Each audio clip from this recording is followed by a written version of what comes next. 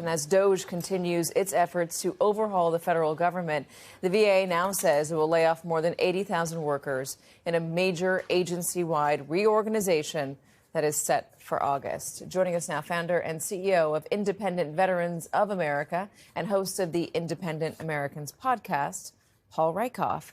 I want to talk about NATO, but let's talk about veterans first.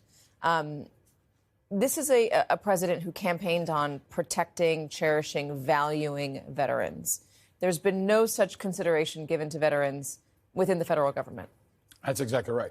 They're saying one thing and doing another. And you ask me how I'm doing, I'm pissed off. And veterans around this country are pissed off, and Americans around this country are pissed off, because it's like every day we're getting another body blow to the soul of America. And here we have not even a public announcement, but a leaked memo that the new VA secretary, who's a pretty radical guy, is now going to lay off 83,000 people at the VA. 25% of them are veterans. Meanwhile, as you cut into the federal government, 1/3 of all of those cuts are veterans. We got the unemployment rate down in the beginning of the year to just over 4%, historic low. We've been fighting for 20 years to get the veterans' unemployment rate down. This is going to blow it up.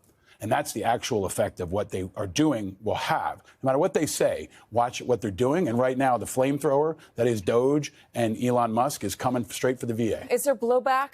Obviously, there's blowback from veterans who've been fired. What about families of veterans, people who voted for Donald Trump in veterans communities?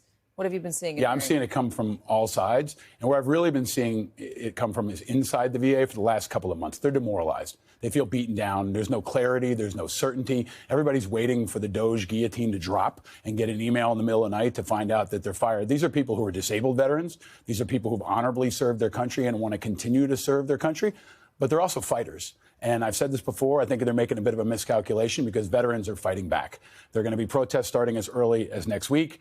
We're recruiting independent veterans who've been laid off and fired to run for office this year. We've gotten over 200 of them already that are interested. And we're going to organize like we always do. We're going to fight back for what is sacred. And I think we're going to be a lead element for this entire country, not just for veterans, but for teachers and everybody else who needs fighters right now. This is Donald Trump signing those executive orders we were talking about at the top of the show. One is revoking security clearance for Perkins Coie, and the other one was exempting everybody who's following, or all the goods following the USMCA contract from the tariffs. So a reversal here from Donald Trump on tariffs. Let me ask you about NATO.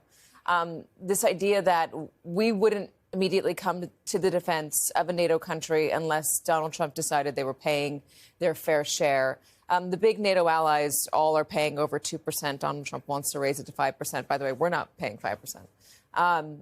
Who would get left out in that? I think we're going to get left out.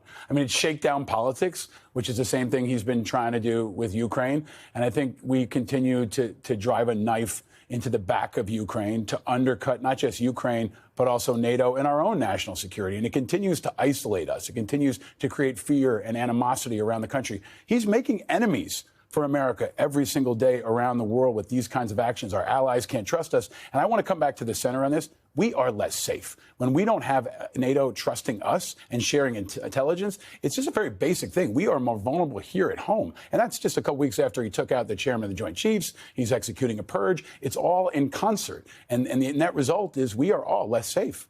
Firing CIA employees, firing workers at the CDC, then trying to hire them back, firing the Nuclear Watch Group, and then trying to hire them back, firing the group that was monitoring bird flu, and then hiring them back. It has been chaotic. Paul Rieckhoff, thank you very much for joining us. I'm sorry that you're pissed off. I'd like to see you come in happy. I don't think I'm the only one.